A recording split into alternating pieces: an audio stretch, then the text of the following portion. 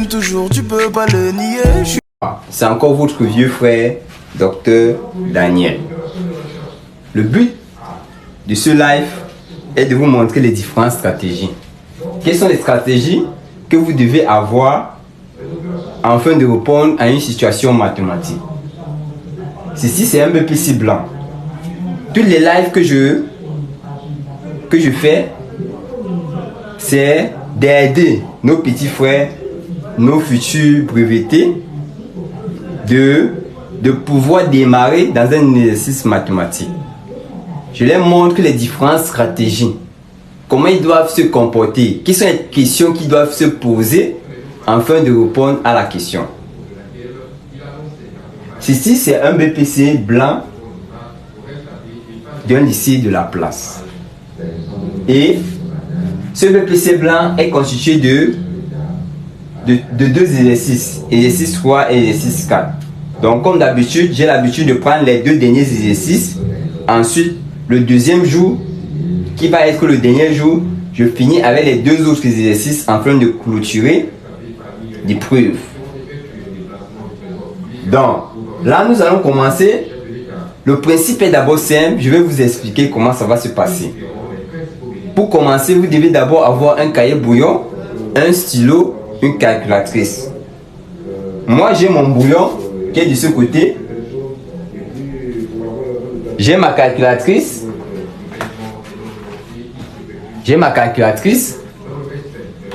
Et j'ai mon stylo. J'aimerais que vous faites pareil. Vous faites de même que moi. Et ensuite, je vais lire la question. Je vais vous laisser 2 minutes le temps de cogiter.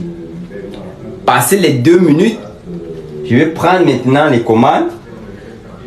Ensuite, je vais vous montrer les différentes méthodes. Quelles sont les propriétés que vous devez utiliser.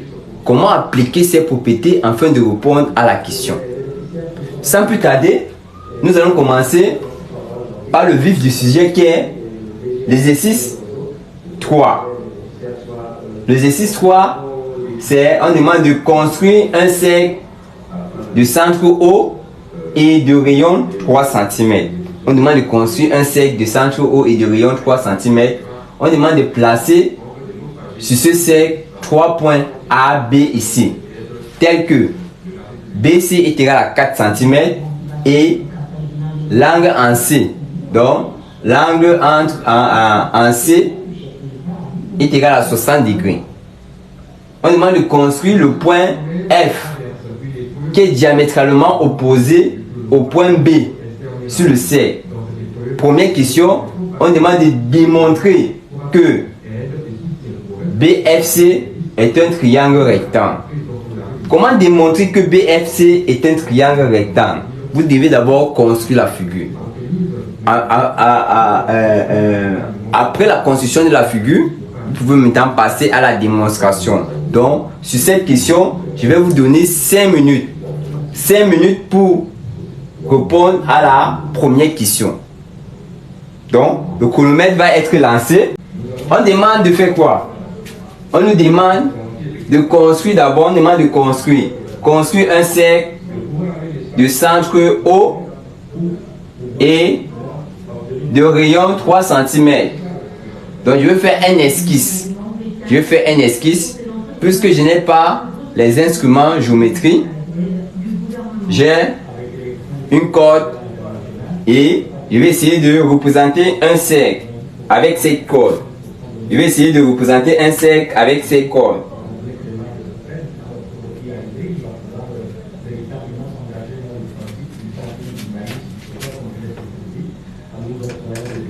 Étendu sur 20 hectares, le projet de la Soladam englobe aussi bien l'agriculture que l'élevage, pour ainsi contribuer autant que faire se peut à l'indépendance alimentaire du Gabon. Dans les travaux de l'atelier de structuration des acteurs de l'économie sociale et solidaire, vers le 22 mars dernier, se poursuit normalement ce matin. Les participants de l'atelier ont reçu la visite du ministre du Commerce chargé de l'entrepreneuriat national et de l'économie sociale, qui notamment mentionné que chez les ARS et les revues aux ventes domicile dans le monde. L'entrepreneuriat social en or est le thème de l'atelier de structuration Ça, c'est un cercle de centre quoi? De centre O. De centre O. On va supposer que le rayon c'est 3 cm. Voilà. On demande de placer les points. On demande de placer les points A, B et C tels que quoi? Tel que l'angle BCA soit un angle soit égal à 60 degrés. Donc l'angle en C soit égal à 60 degrés. Donc regardez ce que je vais faire. Je vais placer un point là, A. Je vais placer un point là, B. Ensuite, je vais supposer, je vais placer un point ici, C. Voilà. On va relier.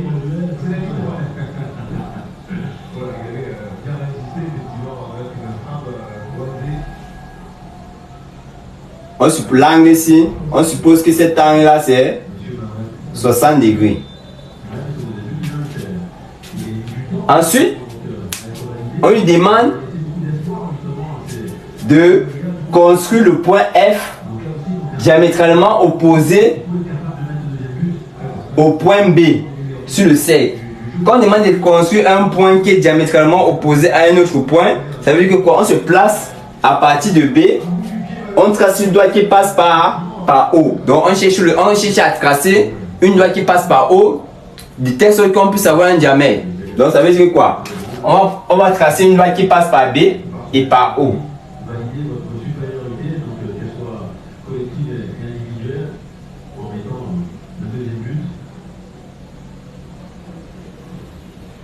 Voilà. Et notre point qui est diamétralement opposé à B, c'est F. Ensuite, qu'est-ce qu'on nous demande? On nous demande de démontrer que BFC est un triangle rectangle. Donc ça veut dire que j'essaie de relier BFC.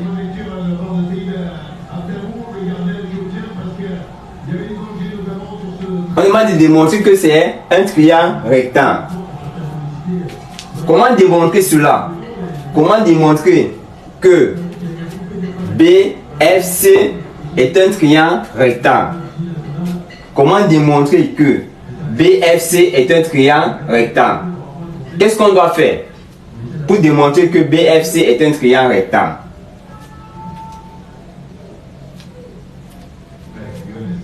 Johnny a dit qu'il a utilisé la propriété de la réciproque de Pythagore. Donc on nous a donné la longueur BC. BC c'est combien? BC c'est 4 cm. On a BC. On a OB. OB qui est le rayon. Et OF qui est le rayon. Quand l'addition ceci, ça nous donne le diamètre. Donc ça veut dire, on a la mesure là, on a cette mesure. Et on n'a pas cette mesure. On n'a pas cette mesure. On n'a pas cette mesure. Comment faire pour avoir cette mesure? Comment faire pour avoir cette mesure? Comment faire pour avoir cette mesure? Qu'est-ce qu'on doit faire pour avoir cette mesure?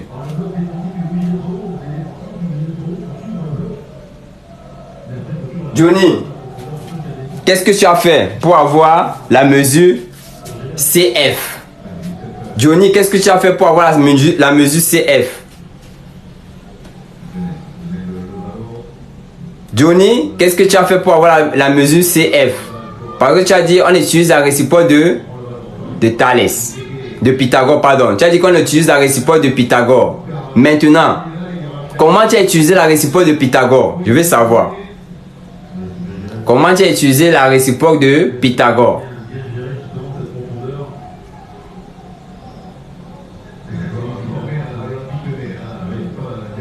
Comment tu as utilisé la réciproque de Pythagore?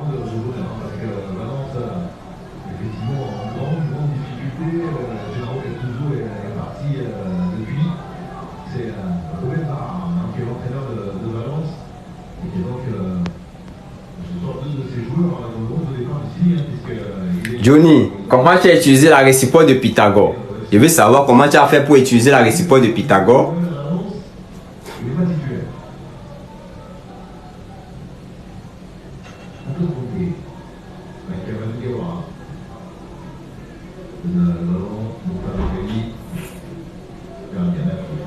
Johnny, comment tu as fait pour utiliser la réciproque de Pythagore? Comment tu as fait ça?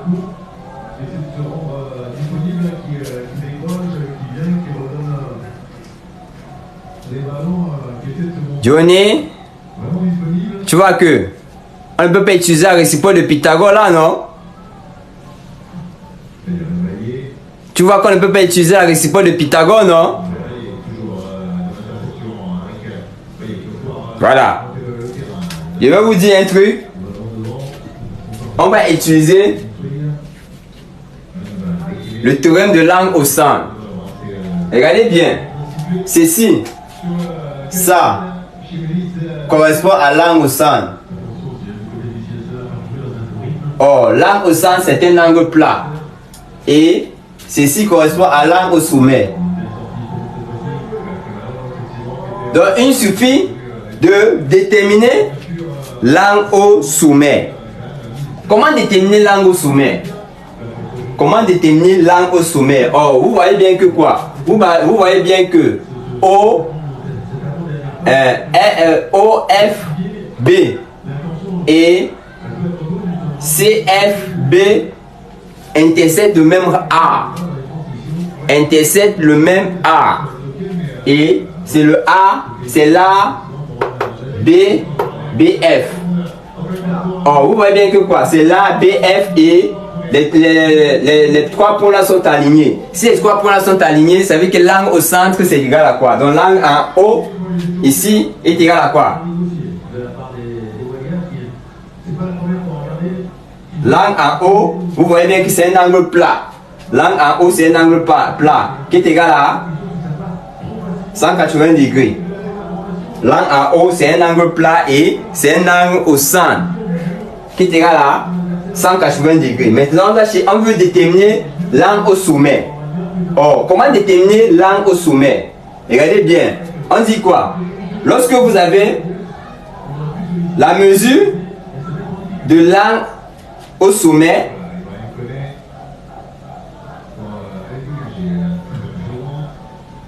c'est la moitié de la mesure de l'angle au centre.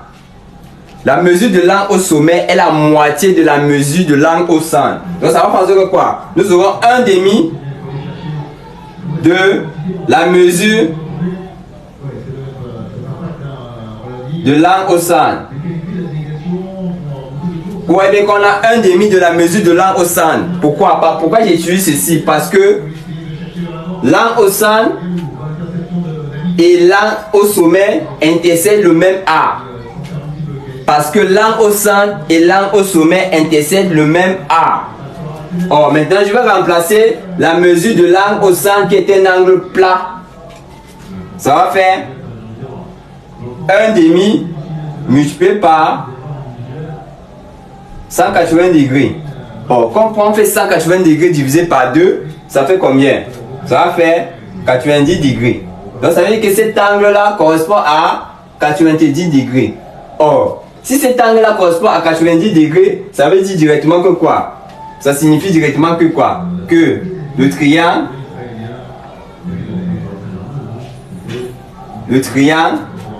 FCB est un triangle rectangle. Est un triangle rectangle. Est-ce que vous avez compris? Ça c'était la question A. Ça c'est la question B. La question B, on nous demande de calculer le sinus de l'angle en F. Donc, de l'angle en F, cet angle. On demande de calculer le cosinus, le sinus de cet angle. On utilise la trigonométrie lorsque nous sommes dans un triangle rectangle. Vous voyez bien que le triangle BFC est un triangle rectangle. Donc on peut utiliser la trigonométrie. Maintenant, je vais vous dire un truc. Pour utiliser la trigonométrie, qu'est-ce que vous devez connaître? Regardez bien. Vous devez connaître ce tableau.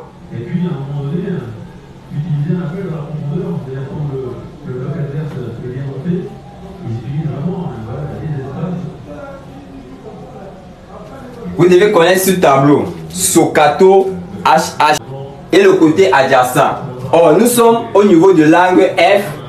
Comment identifier le côté opposé? Pour identifier le côté opposé par rapport à l'angle, vous faites comme si vous avez placé un œil au niveau du point F et ça c'est votre œil.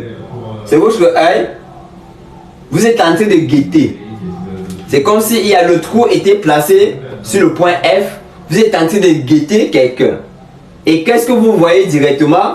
Quand vous guettez, vous voyez bien que le champ de vision, c'est tout ça. Le champ de vision, ce sont les douanes là et les douanes là. Qu'est-ce que vous voyez directement? C'était comme si vous voyez directement la douane BC.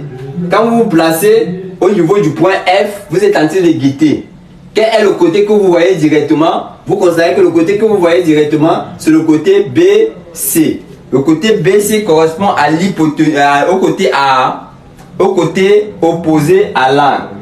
Donc pour déterminer le côté opposé par rapport à un angle, vous placez votre œil au niveau de l'angle et vous vous posez la question, quel est le côté que je vois directement? Le côté que vous voyez directement va représenter le côté opposé à l'angle. Vous voyez bien que quand on se place au niveau du point F, vous voyez, pour placer votre œil, c'est mon œil. Quel est le côté que je vois directement? Vous voyez bien que le côté que vous voyez directement, c'est le côté BC. Et le côté BC là correspond au côté opposé. Maintenant, le côté adjacent, c'est le côté qui est toujours perpendiculaire au côté opposé. Donc ça, ceci correspond au côté adjacent. C'est le côté qui est perpendiculaire au côté opposé. Et l'hypoténuse, pour identifier l'hypoténuse, c'est le côté opposé à l'angle droit. L'hypoténuse est le côté opposé à l'angle droit. On se place, vous placez votre œil au niveau de l'angle droit. Quel est le côté que vous voyez directement? Vous considérez que c'est le côté BF. Et le côté BF là correspond au côté opposé à l'angle droit. Comme c'est le côté opposé à l'angle droit, alors on va dire BF c'est l'hypoténuse. Maintenant, on va utiliser le triangle. Dans un triangle rectangle, nous sommes à la question, à la partie A.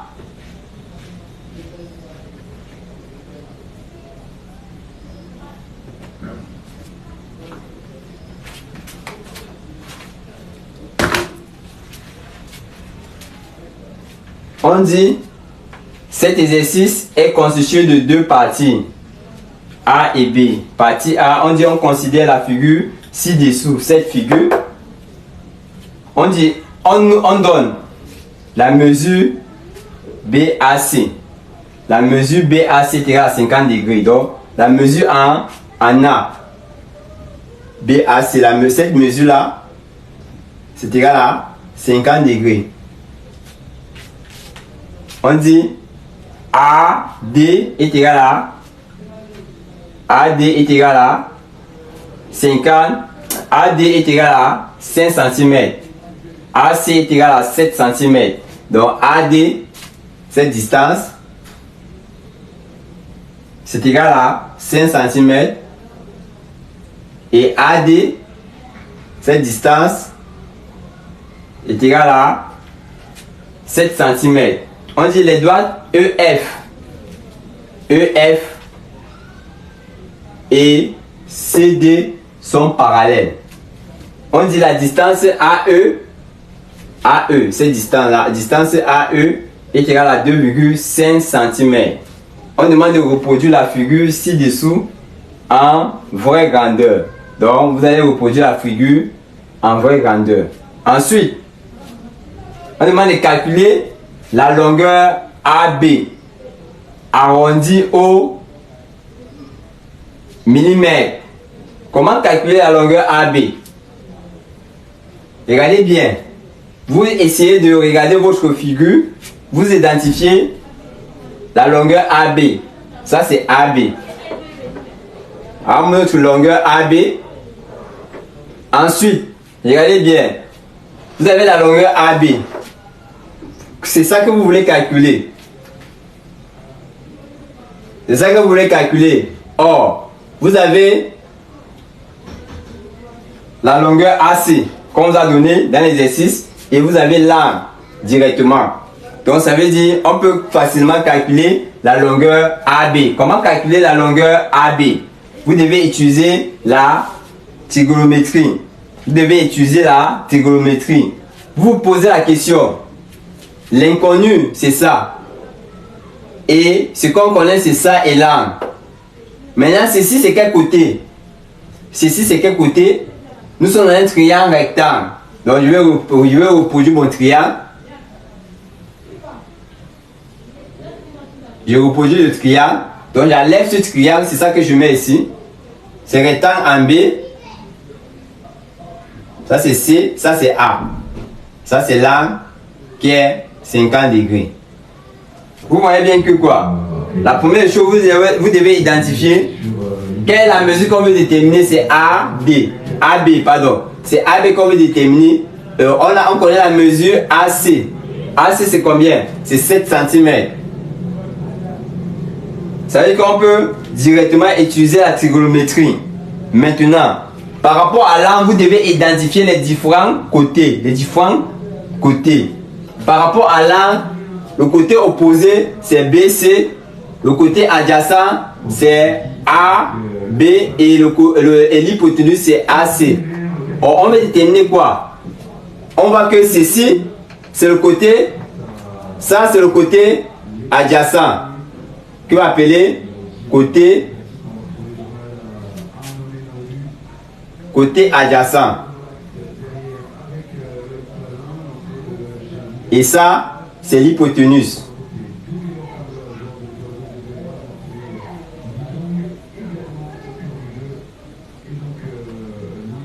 Ça, c'est l'hypoténuse.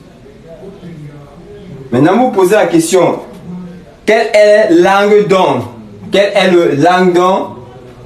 Quel est soit le sinus, le cosinus et la tangente? Donc, qui est égal à quoi? Qui est égal à un côté adjacent sur l'hypoténuse.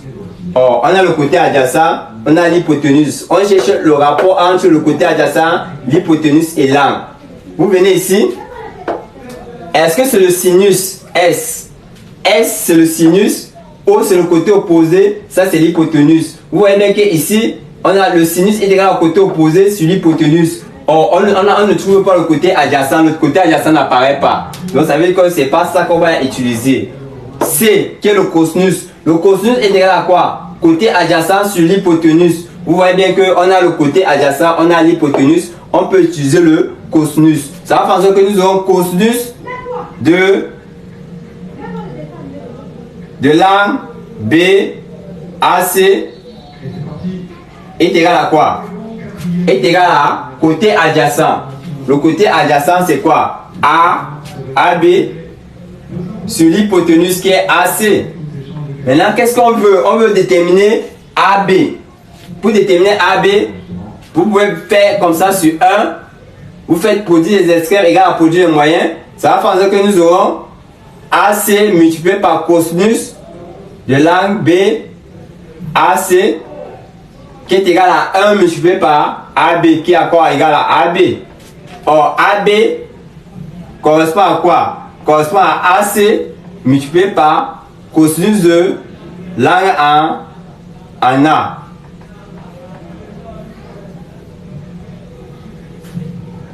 On va déjà la formule. On peut maintenant passer à l'application numérique. Ça pense que quoi? A, B est égal à combien? C'est ici. AC c'est combien? C'est 7. Multiplié par le sinus de... Le cosinus, pardon. Multiplié par le cosinus de 50 degrés. Maintenant, vous prenez la calculatrice. Vous prenez votre calculatrice, vous tapez. Vous commencez d'abord par cosinus. Cosinus, facteur de 50. Vous fermez, égal. Ça fait 0,64 multiplié par 7. Vous voyez bien que ici, quand on multiplie par 7, on obtient quoi? On obtient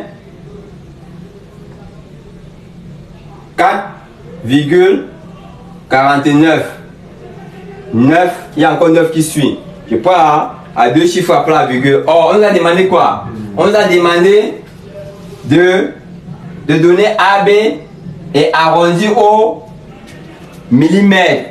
Maintenant, or ceci c'est au centimètre parce que ceci est au centimètre, AC est au centimètre. On va maintenant essayer de convertir ça au millimètre.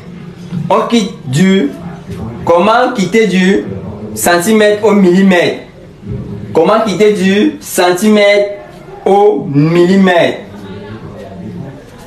Comment quitter du centimètre au millimètre? Qu'est-ce qu'on va faire? Comment quitter du centimètre au millimètre? Vous voyez bien qu'on va diviser ceci par 10 pour avoir directement le millimètre. On va diviser par 10 pour avoir le millimètre. Donc ça veut dire que quoi? Si on est pour diviser par 10 pour avoir le millimètre, on va décaler la virgule. On décale la virgule. En décalant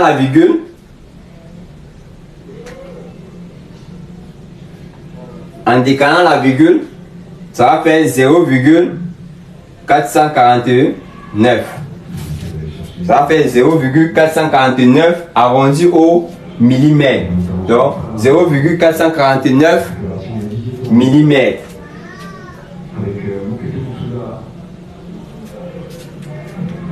Est-ce que vous avez compris? Donc, quand on dit arrondi au millimètre, donc ça a 3 chiffres après la virgule.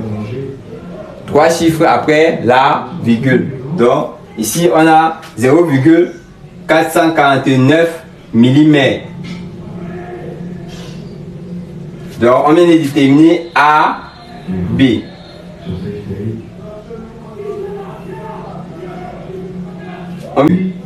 Vous observez votre figure. Or, voilà BC. Ça, c'est BC ici. Vous avez deux possibilités. Soit vous utilisez la trigonométrie, soit vous utilisez Pythagore. Parce que quoi? Parce que on a quoi? On a ce côté, on vient de calculer AB, on a le côté AC, il ne reste rien que le côté BC. Or, le triangle est rectangle. Vous pouvez utiliser Pythagore, mais ce que je vous conseillerais de faire, utiliser la trigonométrie. Parce qu'on a l'angle là, utilisez toujours la trigonométrie. Or, BC correspond à quoi? Par rapport à l'angle. Vous voyez que BC, c'est le côté opposé. Maintenant, on avait l'hypoténuse dès le départ on nous avait donné la valeur de l'hypoténuse dès le départ. Donc ça veut dire qu'on va utiliser qu'est-ce qui est égal au côté opposé sur l'hypoténuse. Vous voyez bien que c'est le sinus. En regardant le tableau Socato, vous voyez bien que le sinus est égal au côté opposé sur l'hypoténuse. Donc ça veut dire que c'est ça qu'il va utiliser.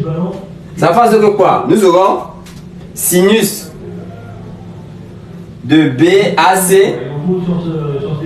est égal à quoi? Est égal à côté opposé qui est BC sur l'hypoténuse qui est AC. Ceci implique que quoi? On dit BC, ça va faire que BC est égal à quoi? Est égal à AC multiplié par sinus de l'angle en A. Voilà. En faisant l'application numérique, nous aurons quoi? 7 multiplié par sinus de 50 degrés. Ça fait que quoi? Je prends ma calculatrice, je tape sinus, entre parenthèses, 50 est égal. Je tape est égal, ça fait 0,766. 0,766 multiplié, le tout multiplié par 7, ça fait 5,3 38. 5,36. On a 5,36. Ça fait en sorte que nous aurons 5,36. Ensuite, on nous a demandé, ça c'est centimètres. On nous a demandé de donner la valeur là en arrondi au millimètre. Ça veut dire quoi? On va voir B, BC est égal à quoi? Ok, pour quitter du centimètre au millimètre, on déplace la virgule d'un chiffre en allant vers la gauche. Donc ça veut dire qu'il va déplacer la virgule d'un chiffre en allant vers la gauche. La virgule là va se déplacer, ça va se placer ici là. Ça va faire 0,536 millimètres.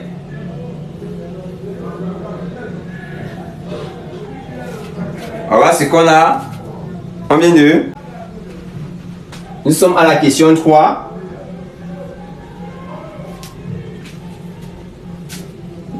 Nous sommes à la question 4 plutôt. Nous sommes à la question 4. On demande de calculer la tangente. On demande de calculer la tangente de l'angle D.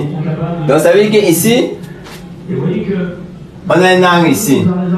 Or l'angle est en D. Or vous voyez bien que quoi? Vous voyez bien que l'angle en D, or nous sommes dans un triangle rectangle A, B, C. C'est un triangle rectangle en A. On reprend ce triangle.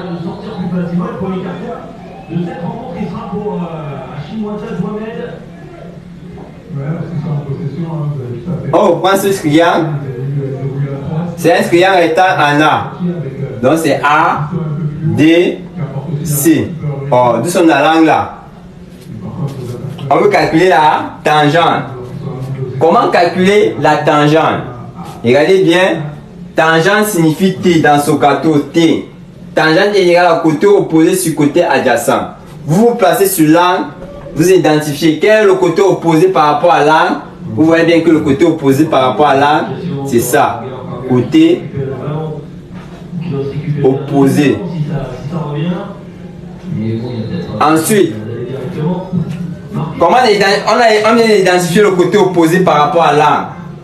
Quel est le côté adjacent? Le côté adjacent, c'est le côté qui est toujours perpendiculaire au côté opposé. Donc, ça, c'est que ça correspond au côté adjacent.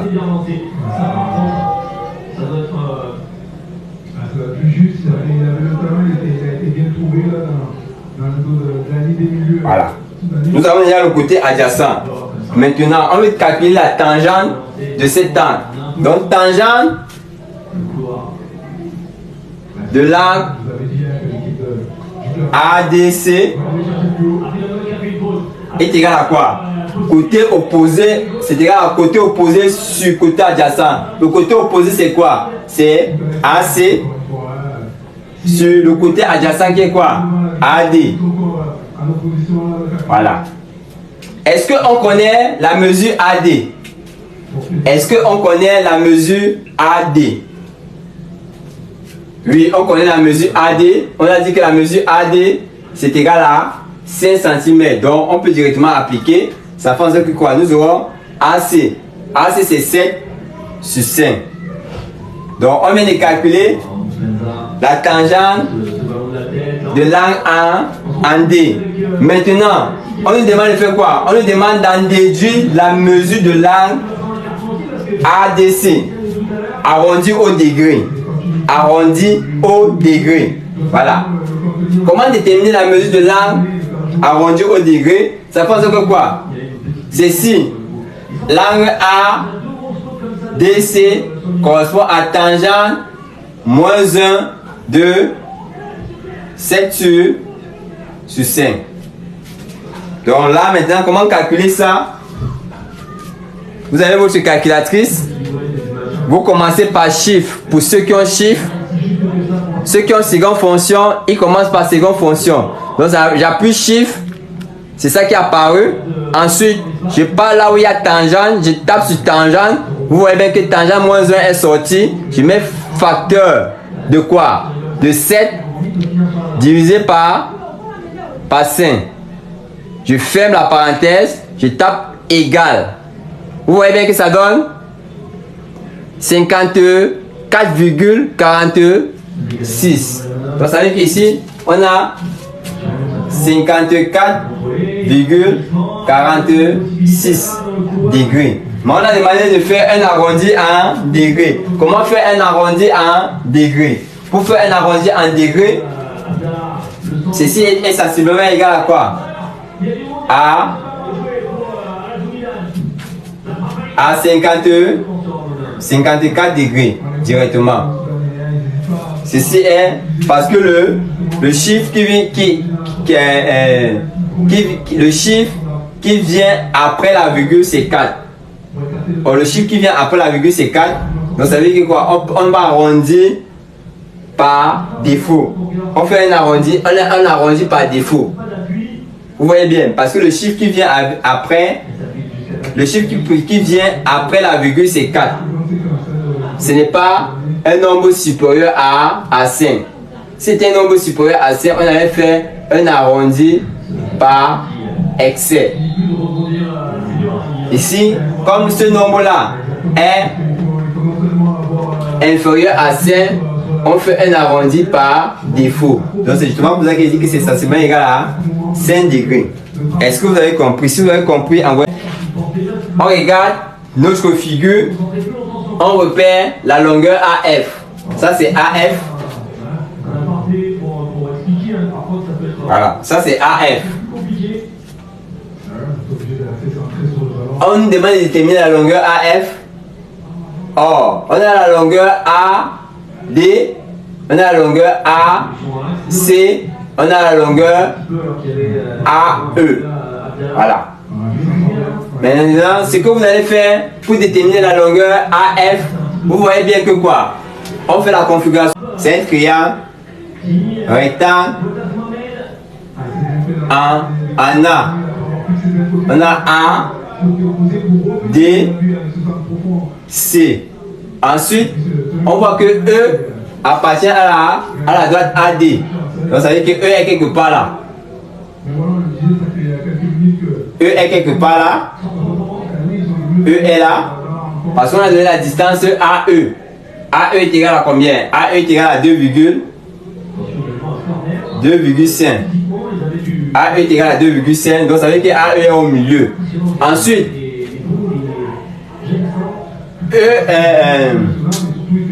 AF, pardon.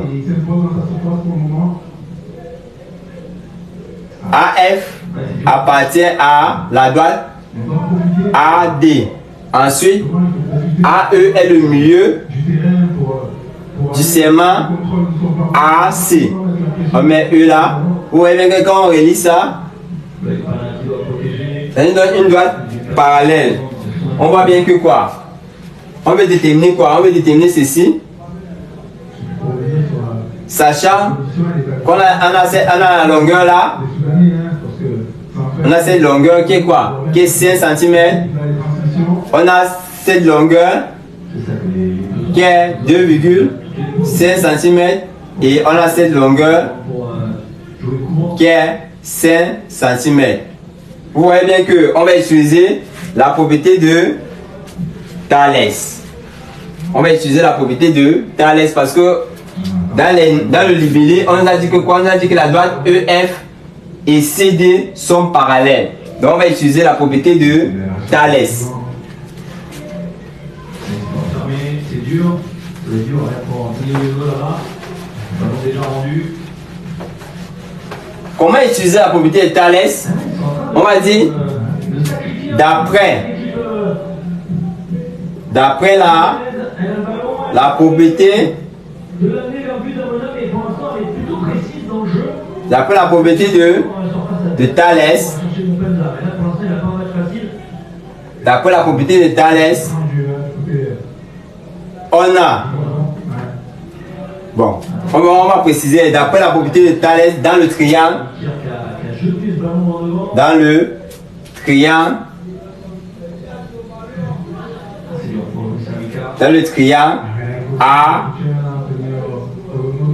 ACD, on a 2 points. On a d'abord quoi? EF est parallèle à CD. Alors, 2 points. Alors, lorsque nous sommes dans un triangle, EF est parallèle à CD, vous voyez bien que quoi? Vous vous posez la question, vous êtes dans quelle configuration? Vous voyez bien que nous sommes à la configuration emboîté. Parce qu'il y a deux configurations. Il y a la configuration en nœud papillon et la configuration emboîtée. Nous sommes dans la configuration emboîtée. La configuration emboîtée, le petit triangle est dans le grand triangle. Et pourtant la configuration en nœud papillon, c'est plutôt, ils ont un sommet commun. Ils ont plutôt un sommet commun, mais les triangles ne sont pas les triangles, le premier triangle n'est pas dans le grand triangle. C'est un peu comme un nœud papillon. Et là, on a un triangle de ce côté, on a un autre triangle de l'autre côté. Mais ils ont un sommet commun qui est le point d'intersection qui lie les deux triangles. Et pourtant ici, la configuration emboîtée, le petit triangle est dans le grand triangle. Maintenant, comment vous devez d'abord identifier qu'est-ce qui est le grand triangle, qu'est-ce qui est le petit triangle. On constate que quoi? Que le grand triangle c'est quoi? C'est le triangle ACD. Ça c'est le grand triangle. Et le petit triangle c'est quoi? C'est le triangle AEF. Donc, le grand triangle contient la droite qui est parallèle et le petit triangle contient la droite qui est parallèle. Donc on a cette droite-ci qui est parallèle à ça. À partir de là, je peux déjà identifier le grand triangle et à partir de là, je peux identifier le petit triangle. Donc on identifie le grand triangle et le petit triangle en se servant des droites parallèles. On prend d'abord la première droite qui est parallèle. Est-ce qu'elle est grande? Si elle est grande, ça veut dire qu'elle va appartenir au grand triangle directement. Est-ce que l'autre droite, elle est petite? Ça veut dire si elle est petite, elle va appartenir au petit triangle. J'ai déjà identifié mon grand triangle et mon petit triangle. C'est donc pour ça que dit EF est parallèle à CD. Alors, on a quoi? On a le rapport. Ça veut dire que quoi? Au niveau des séances, on se place là-bas sur les droites où 3 points sont alignés. Vous voyez bien qu'on a 3 points alignés. Ensuite, vous identifiez la droite qui appartient au grand triangle et la droite qui appartient au petit triangle des 3 points alignés. Vous voyez bien qu'on a la première droite AE, AE appartient au petit triangle et AC appartient au grand triangle. Et donc pour ça que d'après la propriété de Thalès, on dit le petit côté du triangle AE sur le grand côté du triangle AC est égal. On a fini avec ça. On prend maintenant au côté où les 3 points sont alignés est égal. On identifie AF. C'est AF appartient au petit triangle et AD appartient au grand triangle. On va faire AF sur AD. Je m'arrête là. Je m'arrête là. Qu'est-ce qu'on veut? Qu'est-ce qu'on veut? On veut calculer la longueur AF. C'est AF qu'on veut calculer, c'est ça. AF qu'on veut calculer. Maintenant, on a AF ici là. On va faire produit des extrêmes égal à produit des moyens. Ceci implique quoi? Nous aurons AC multiplié par AF qui est égal à AE multiplié par AD. Ça fait en sorte que quoi? Or, vous voyez bien que AF est notre inconnu. Quel est le nombre qui multiplie notre inconnu? Vous voyez bien que le nombre qui multiplie notre inconnu, c'est AC.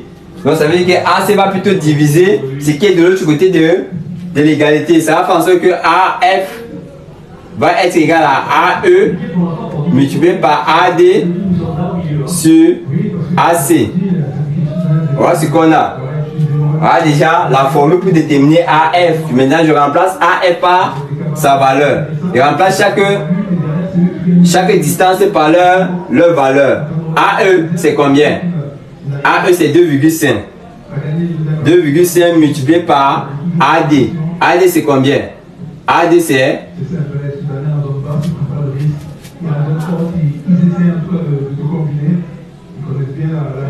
AD, c'est 5. Voilà, AD c'est 5. Sur Et encore, voilà, ça c'est. AC. AC c'est combien? AC c'est 7. Oh, ça c'était 7. AC c'est 7. Ça veut dire qu'on va avoir 7 ici. Ça va faire en sorte que quoi? Nous aurons quoi? Nous aurons, on calcule, ça va faire 2,5 multiplié par 5, le tout divisé par 7. Vous voyez bien que ça fait 18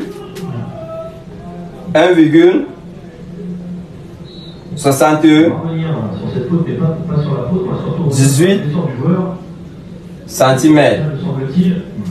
1,78 cm. On a demandé d'arrondir au millimètre. Donc on déplace la virgule de un chiffre en allant vers la droite, vers la gauche, pardon.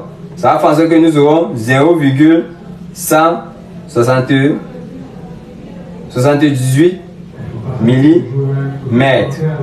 Donc AF. À l'expression de AF. Est-ce que vous avez la partie? Il y a toujours des petits soucis avec Gaylor Kanga, ça part énormément. Partie B. On dit la hauteur d'une pyramide régulière. La hauteur d'une pyramide régulière à base carrée est de 12 cm. Donc ça veut dire que quoi? Donner. On va appeler grand H 12 cm. Quelle est la hauteur de la pyramide? Quelle est la hauteur de la pyramide?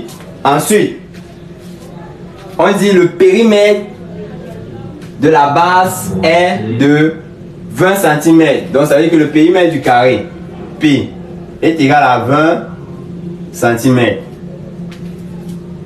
On demande de calculer son volume, la longueur d'une arête joignant le sommet à la base, puis calculer son aile latérale.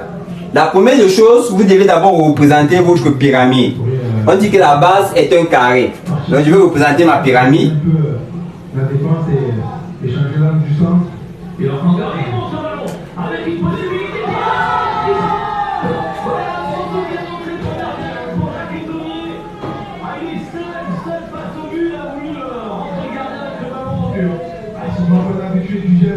Voilà. Il a pris l'information. On parle aussi des qualités, malheureusement, et j'ai l'impression qu'au moment de sa frappe, il y a ce petit robot là qui l'empêche de trouver le cas. Mais pourquoi mettre autant de puissance? Il a essayé d'être fécond.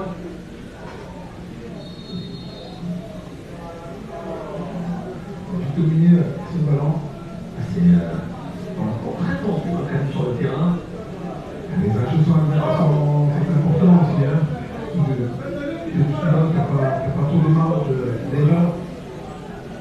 Voilà. Ça c'est la hauteur.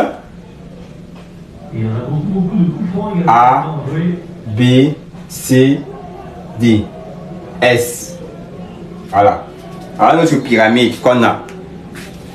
Qu'est-ce qu'on nous demande? On nous demande de calculer calculer le volume de la pyramide. Le volume de la pyramide, c'est égal à quoi? C'est égal à l'aile de base.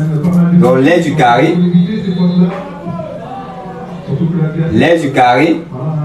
fois la hauteur de la pyramide sur 3.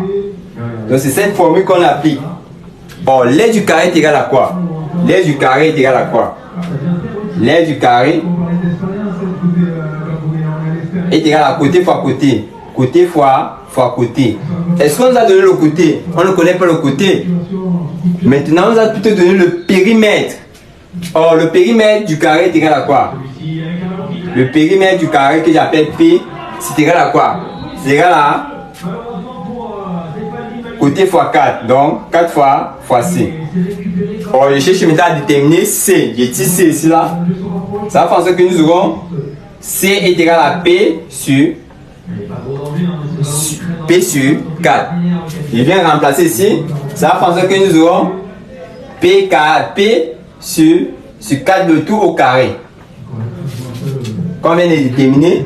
Ensuite, je peux maintenant remplacer chacun par sa valeur. Donc, ça veut dire que le volume est égal à quoi? Est égal à P sur 4, le tout au carré, multiplié par la hauteur, le tout divisé par 3. Ça, c'est la formule. Ça, c'est la formule. Maintenant, on va faire l'application numérique. Application numérique, ça va faire V est égal à quoi? Est égal à 20 sur 4, le tout au carré, multiplié par 12, le tout divisé par 3. Or, vous voyez bien que 20 divisé par 4, ça fait 5. Ça va faire 5 au carré, qui font 25, multiplié par 12. Or, 12, on peut simplifier par 3. Donc, on va multiplier directement par 4. Donc, ici, le volume est égal à 100 cm3.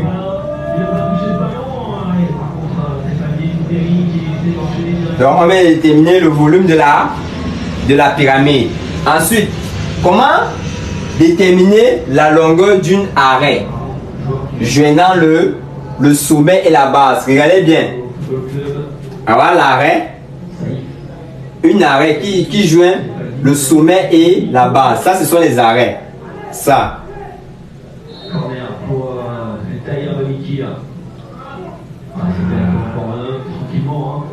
Tout ça correspond aux arrêts. Ça, ce sont les arrêts. Or, sachez que dans une pyramide régulière, les côtés, quand on va dire que les faces latérales, la face latérale est constituée d'un triangle isocèle. Donc ça veut dire que quoi? La longueur ci, de ce côté-là est égale à la longueur ci, est égale à la longueur ci, est égale à la longueur ci. Vous voyez bien que le triangle ASB, le triangle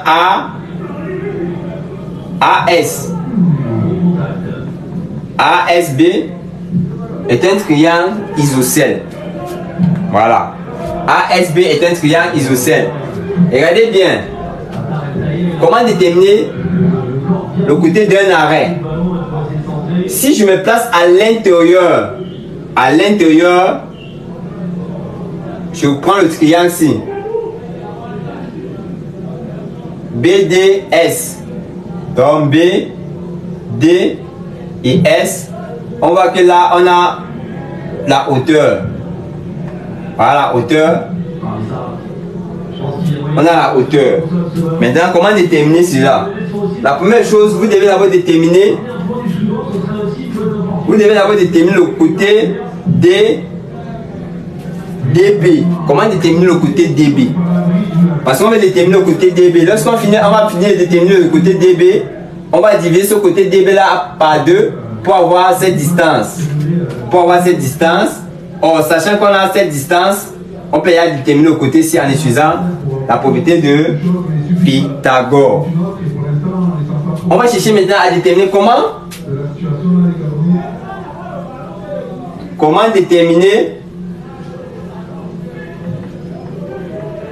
déterminer la distance BD.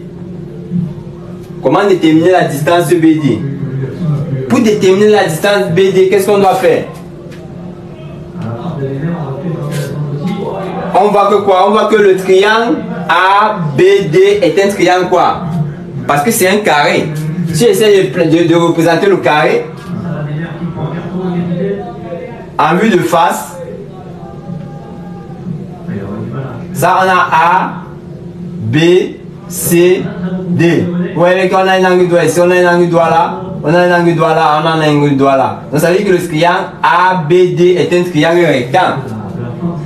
La mesure ici est égale à la mesure là. Donc ça veut dire qu'il me faut d'abord déterminer la distance ABD. On va dire dans le triangle.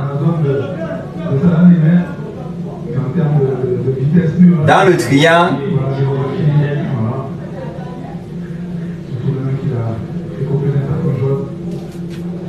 ABD, rectangle, Anna, appliquons les trentenaires. Ça parle beaucoup chez les qui a... la propriété de Pythagore. Au vu de l'attitude, au-dessus de l'attitude, je pense que lui... Donc, on va appliquer la propriété de Pythagore. On va appliquer la propriété de Pythagore dans ce triangle-là. Ça va penser que quoi? BD, c'est l'hypoténuse. Le carré de l'hypoténuse est égal à la somme des carrés des deux autres côtés. Donc, AD, AB au carré plus AD au carré. On voit bien que AD et AB, ils ont même distance. S'ils ont même distance, ça veut dire que quoi? Ça veut dire que nous aurons directement 2 fois AB au carré. Parce qu'il est remplacé, au quart. AB est égal à AD. Donc je remplace AD par AB, ça nous donne directement 2 fois AB au carré. Ça nous donne directement AB au carré. Je peux tirer maintenant BD. Pour tirer BD, on va mettre la racine. 2 fois AB au carré qui est égal à AB racine de 2. Voilà. Racine de 2. Voilà ce qu'on a. On a déjà déterminé la distance BD qui est égale à AB racine de 2. Maintenant, comment déterminer le côté CS? Pour déterminer SB, qui est un côté qui est la longueur d'une arête joignant le sommet et la base, on va utiliser toujours la propriété de Pythagore. Or, étant donné que quoi? Étant donné que ceci est la moitié de BD, ça va penser que quoi? Ça va penser que nous aurons SB au carré est égal à quoi? On utilise ce triangle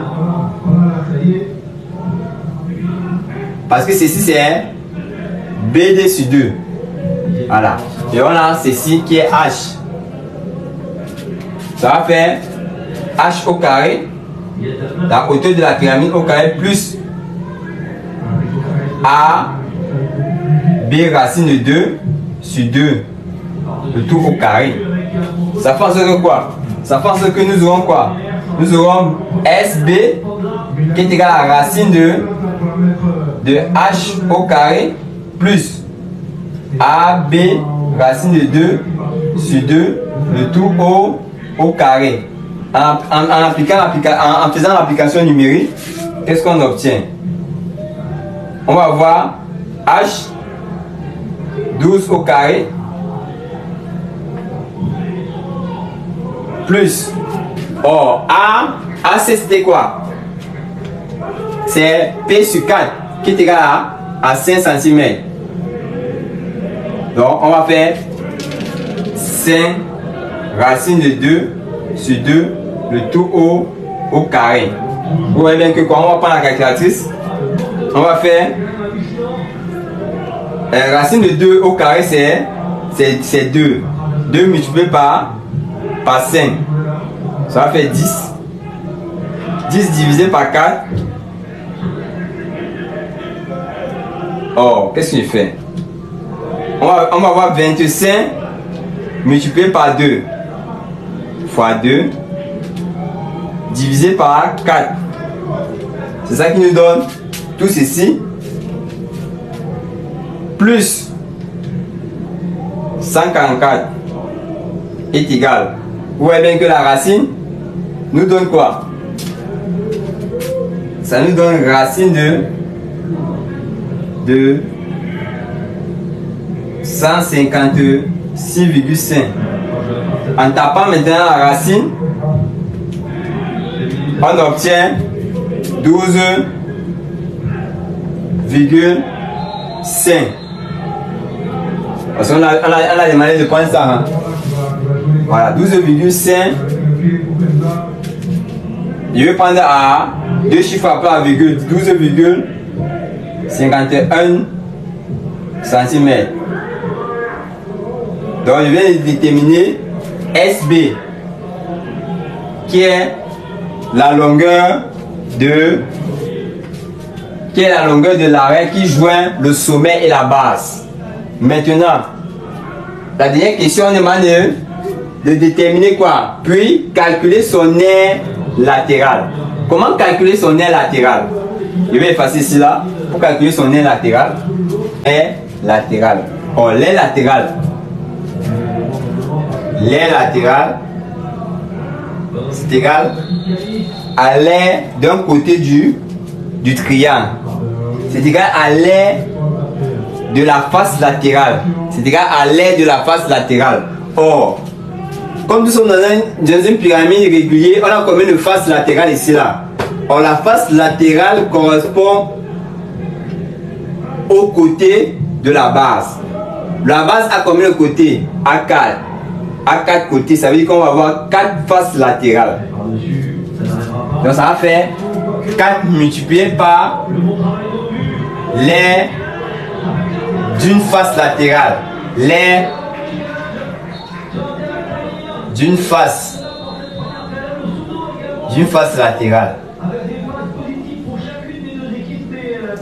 Voilà, l'aire d'une face latérale. Donc ça veut dire que ceci correspond à ma face latérale. Or, j'avais calculé ceci. J'avais calculé cette mesure-ci. Oh, non. Voilà. Ça, c'est ma face latérale. Je vais passer. Je vais représenter maintenant ma face latérale. Je prends la face latérale. Ça, c'est A, B, S. Donc je représente, je cherche le sommet, la hauteur de notre. Vous devez toujours représenter la hauteur. Donc on représente la hauteur de notre quoi? De notre face, de notre triangle latéral. Ensuite, vous voyez que cette hauteur là va toujours diviser AB en deux parce que quoi? Nous sommes dans un triangle isocèle.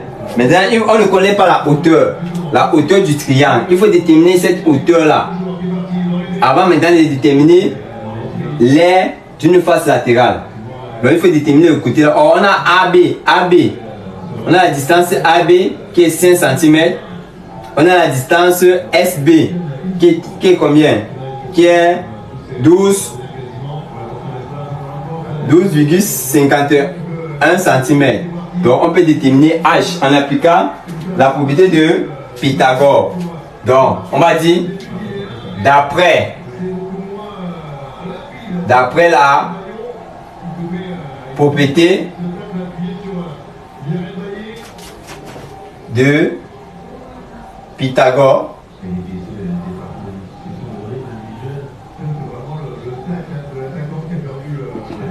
parce que ici on a un triangle rectangle là. D'après la propriété de Pythagore, on a quoi? On a 2 points. Petit h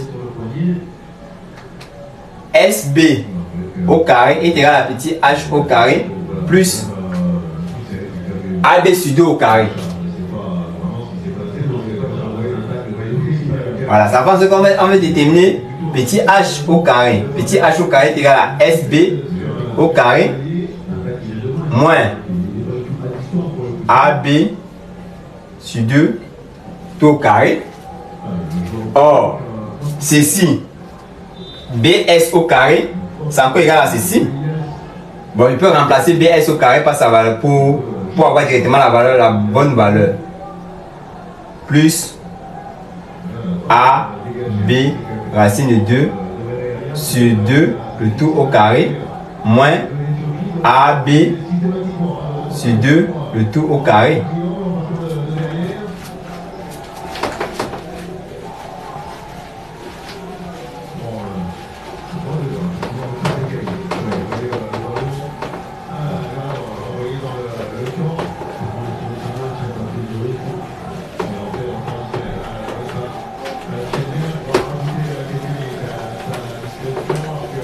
Voilà. Ça fait en sorte que quoi? Ça fait en sorte que nous aurons quoi? En détaillant ceci, on va voir 2AB au carré sur 4 moins AB au carré sur 4. Ceci va donner quoi? Ça va donner H au carré plus AB au carré sur 4. On va voir ce que ça nous donne. Là maintenant, on peut maintenant directement chercher. Vous voyez bien que ceci, on peut directement chercher H, petit h. Petit h va être égal à quoi? Racine de grand H au carré plus AB au carré sur 4. Voilà. On va calculer cela. Bon, on a calculé la hauteur. On vient de calculer la hauteur parce que on peut calculer directement sa valeur. Mais j'ai envie d'utiliser cette expression-là et je remplace directement. Or, l'aire du triangle est égal à quoi? L'aire de ce triangle est égal à quoi? Est égal à la base fois la hauteur sur 2. Donc, on va faire AB fois petit h sur 2. Donc, ça va faire AB sur 2 multiplié par racine de h petit grand H au carré plus AB au carré sur 4. Voilà. Ça fait que nous avons ceci. Et pour déterminer maintenant l'aire totale, l'aire latérale de la pyramide, c'est égal à quoi? On multiplie tout ça par 4. Ça va faire 2AB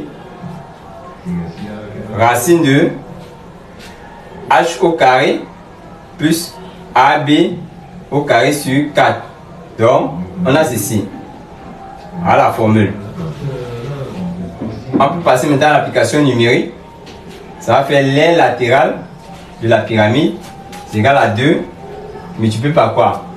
Or, multiplié par 5 sur 12 au carré plus 25 sur 4. On va calculer ça. 12 au carré plus facteur 25 sur 4 est égal. On tape maintenant la racine est égal multiplié par 10. On va multiplier par 10. Multiplier par 10. En multipliant par 10, on obtient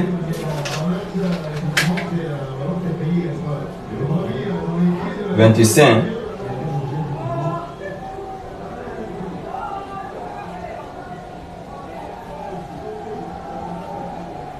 Donc l'aire latérale de la pyramide correspond à cela. Est-ce que vous avez compris? Un carré. On a un carré. Le carré. Regardez un peu. Un carré contient 4 angles droits. Un carré, c'est la même chose comme un rectangle. Ça contient 4 angles droits. Est-ce que tu me suis? Partie B, tu es venu en retard, mais j'ai déjà effacé. L'énoncé est sur l'appareil que j'utilise pour filmer. Donc, nous sommes à la partie B. On dit la hauteur d'une pyramide régulière à base carrée. Donc la base c'est un carré. Est de 12 cm. Donc c'est la hauteur de la pyramide, c'est 12 cm. On dit le périmètre de cette base. Donc le périmètre, quand on dit que le périmètre de cette base, la base là c'est quoi? C'est le carré. Donc ça veut dire que c'est le périmètre du carré. Le périmètre du carré c'est 20 cm. On demande de calculer son volume. Comment calculer le volume? C'est le volume de la pyramide qu'on veut calculer. Comment calculer le volume de la pyramide? Comment calculer le volume de la pyramide? Tu vois bien que le volume de la pyramide, c'est l'aile de base, qui est le carré. C'est pour ça qu'il met l'aile du carré, parce que le carré c'est la base de la pyramide. L'aile du carré fois la hauteur de la pyramide sur 3. Maintenant, on ne connaît pas l'aile du carré, mais on connaît plutôt le périmètre du carré. Maintenant, comme on connaît le périmètre du carré c'est quoi? C'est côté fois 4. Périmètre du carré c'est côté fois 4. Donc il faut chercher le côté. Donc ça veut dire que quoi? Le côté est égal au périmètre divisé par 4. Maintenant, si c'est que l'aile du carré c'est côté fois côté, ça pense que quoi? Je vais écrire ici C fois C qui est égal à C au carré. Or, C est égal à quoi? Est égal à P sur 4. Ça va faire en sorte que nous aurons P sur 4, le tout au carré. Or, P sur 4, on a dit P sur 4 c'est 5. Parce que P correspond à 20 divisé par 4, ça fait 5. 5 au carré, ça va faire 25 cm carrés. Donc ça c'est l'aile du carré. Est-ce que tu as compris comment déterminer l'aile du carré d'abord? Est-ce que tu as compris comment déterminer l'aile du carré? Est-ce que Rini a compris comment déterminer l'aile du carré? Est-ce que Rini a compris comment déterminer l'aile du carré?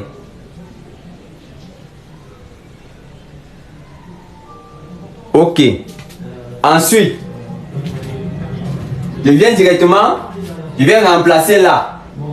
Or, le volume est égal à quoi? Le volume de la pyramide, c'est l'aile de base fois la hauteur sur 3. Donc, je viens remplacer là. Ça va faire que quoi? Tu vois que l'aile du carré est égal au périmètre divisé par 4, le tout au carré, c'est ça ici là, multiplié par la hauteur sur 3. Or, maintenant, en calculant, tu constates que quoi? Ici, ça va faire 20 sur 4 qui fait 5 au carré multiplié par 12 sur 3, ça va te donner 100. On a le volume qui est égal à 100 cm3. Est-ce que tu as compris comment calculer le volume? On a fini avec ceci. On demande ici la longueur. On demande de calculer la longueur d'une arête joignant le sommet et la base. Regarde bien. Ça c'est l'arrêt. L'arrêt, on retrouve l'arrêt sur la face latérale. Dans la pyramide, on a la face latérale. Ça, ce sont les faces latérales. Ça. C'est une face latérale. Donc, BCS est une face latérale. ABS est une face latérale. ADS est une face latérale. DCS est une face latérale. Or, comme la pyramide est régulière, ça veut dire que quoi? Ça veut dire que les faces latérales, ce sont les triangles isocèles. Donc, ça veut dire que on a les triangles isocèles. Je dois vous avez dit la longueur SA est égale à la longueur SB est égale à la longueur SC est égale à la longueur SD. Parce que on a les triangles isocèles. Les faces latérales, ce sont les triangles isocèles. Voilà. Maintenant, comment déterminer la longueur d'une face latérale? Comment déterminer l'arrêt? Lorsque vous avez les faces latérales, les différentes longueurs SA, SB, SA, SD et SC représentent les arrêts de la face latérale, des faces latérales. Donc ça représente les arrêts. Maintenant, on veut déterminer la longueur d'une arrêt. C'est ça qu'on veut déterminer, la longueur d'une arrêt. Là, pour déterminer la longueur d'une arrêt, regardez bien. Je prends juste le triangle qui est à l'intérieur. Je prends juste la longueur qui est à l'intérieur de ma pyramide. Donc, ça veut dire que quoi? Je vais prendre ceci. Ça, c'est BD et S. Or, ici, on a une hauteur qui est la hauteur grand H. Voilà. Maintenant, j'ai envie de déterminer quoi? J'ai envie de déterminer rien qu'une longueur parmi les deux. Soit la longueur si SB qui est une face latérale, qui est un arrêt, est égal à SD. qui est l'autre arrêt. Voilà. Maintenant, connaissant la longueur, la hauteur S, la hauteur de la pyramide par rapport à la base, on connaît cette hauteur. Maintenant, on ne connaît pas la longueur BD. On ne connaît pas la longueur BD. Comment déterminer la longueur BD? Tu regardes bien la longueur BD. Regarde bien la longueur BD. La longueur BD appartient à quoi? Tu vois que la longueur BD appartient à la base. Comme la longueur BD appartient à la base, et étant donné que cette base-là est un carré, si c'est un carré, ça veut dire que quoi? Nous avons ce carré, c'est ça ici. Or, tu constates que quoi? Le carré a les angles droits. Ça, la droite est perpendiculaire à ceci, la droite est perpendiculaire à ceci, la droite est perpendiculaire à ceci. Donc, c'est justement pour ça qu'on a les angles droits. Ça fait en sorte que quoi? Ça fait en sorte que je m'intéresse sur le triangle ci. Le triangle ABD, c'est un triangle rectangle en A. Tu vois qu'on a le triangle ABD qui est un triangle rectangle en A. Alors, maintenant, comment déterminer BD? Oh, tu vois que cette longueur, ça c'est le côté du carré, c'est le côté ci est égal au côté ci. Ça veut dire que cette longueur-là, qui est l'hypoténuse, d'après, en utilisant la propriété de Pythagore, dans le triangle BDA, rectangle en A, on utilise la propriété de Pythagore. On va dire, c'est justement pour ça que j'ai écrit ceci. Ça va faire que quoi? Je vais avoir BD au carré. Le carré de l'hypoténuse est égal à la somme des carrés des deux autres côtés. Donc, BD au carré est égal à quoi? Est égal à AB au carré plus AD au carré. C'est ça ici. Or, comme AB est égal à AD, je remplace directement AD par AB. Quand tu vas remplacer, tu vas avoir AB au carré plus AB au carré. Ça va faire je vais appeler AB au carré comme Macabo. Ça va faire 1 Macabo parce que ça c'est 1 Macabo plus 2 Macabo. Tu vois que ça donne 1 Macabo plus 1 Macabo, ça fait 2 Macabo. Donc ça va faire 2 AB au carré. Tu vois un peu. On a 2 AB au carré. L'essentiel c'est quoi? On veut déterminer BD. Or, ici on a BD au carré qui est égal à 2 AB au carré. Pour avoir BD, on doit mettre la racine.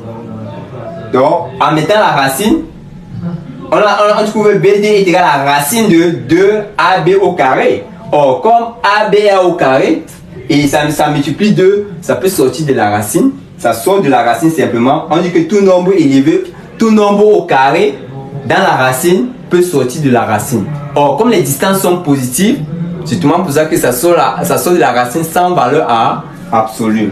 Ça fait que nous aurons AB racine de 2. Est-ce que tu as compris comment j'ai trouvé BD est égal à? Là maintenant on a ceci. Là je peux déjà, j'ai déjà calculé BD.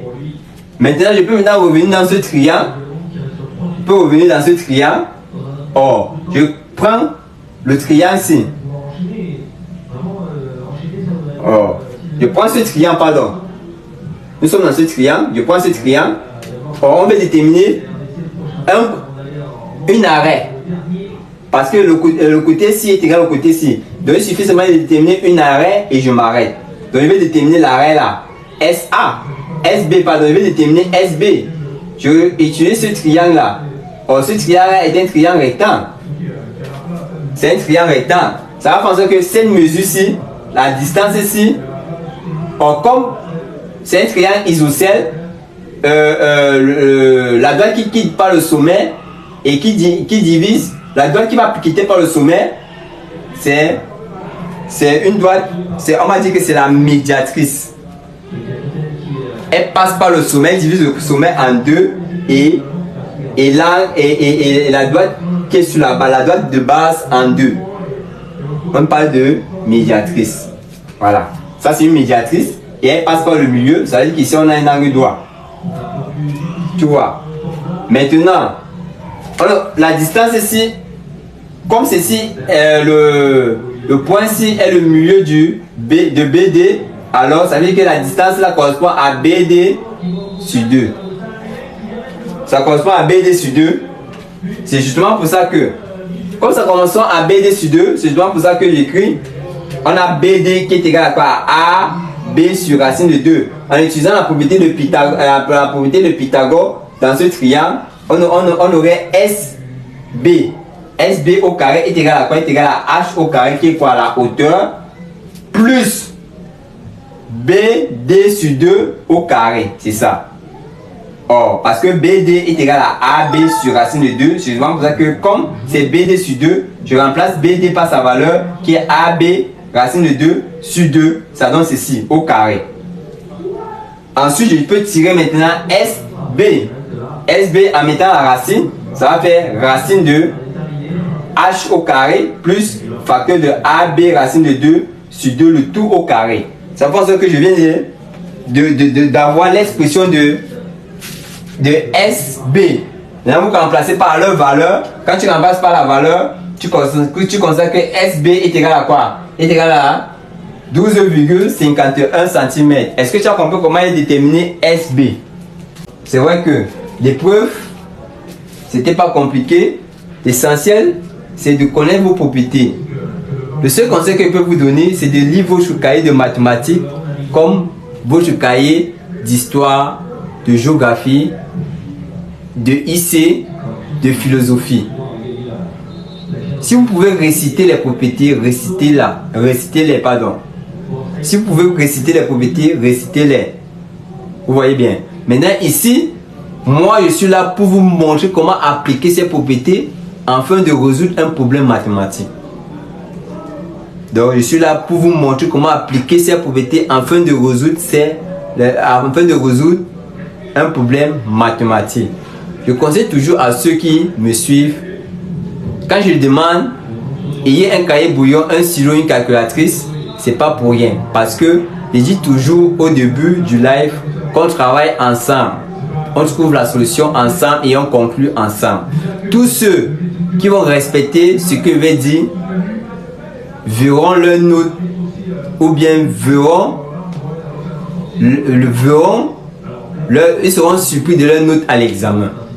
Ils seront surpris de leur note à l'examen. C'est vrai que il y a certains établissements à Libreville ou bien dans d'autres provinces qui n'ont pas encore fait l'examen blanc.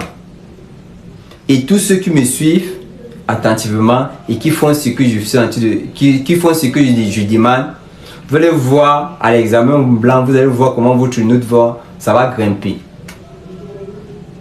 Donc, c'est ce, on dit toujours, les brebis marchent ensemble, mais non pas les mêmes étoiles. Les brebis marchent ensemble, non pas les mêmes étoiles. Il y a un chanteur qui a dit seul le travail qui paye. Il y a un chanteur qui a dit seul le travail qui paye. Ceux qui n'auront pas travaillé, eux-mêmes ici, ils auront un résultat qui va être niant parce qu'ils n'ont pas travaillé. Mais ceux qui auront travaillé vraiment, fourni toute leur énergie, ils vont considérer qu'ils auront les bons résultats. C'est donc pour ça que je vous conseille toujours d'avoir un cahier brouillon, un stylo, une calculatrice. Sur ce, on va se séparer dans la paix du Christ. Rendez-vous demain à partir de 20h pour la suite de l'épreuve. Je vous aime et bonne nuit à tous. Tu m'aimes toujours, tu peux pas le nier. Je suis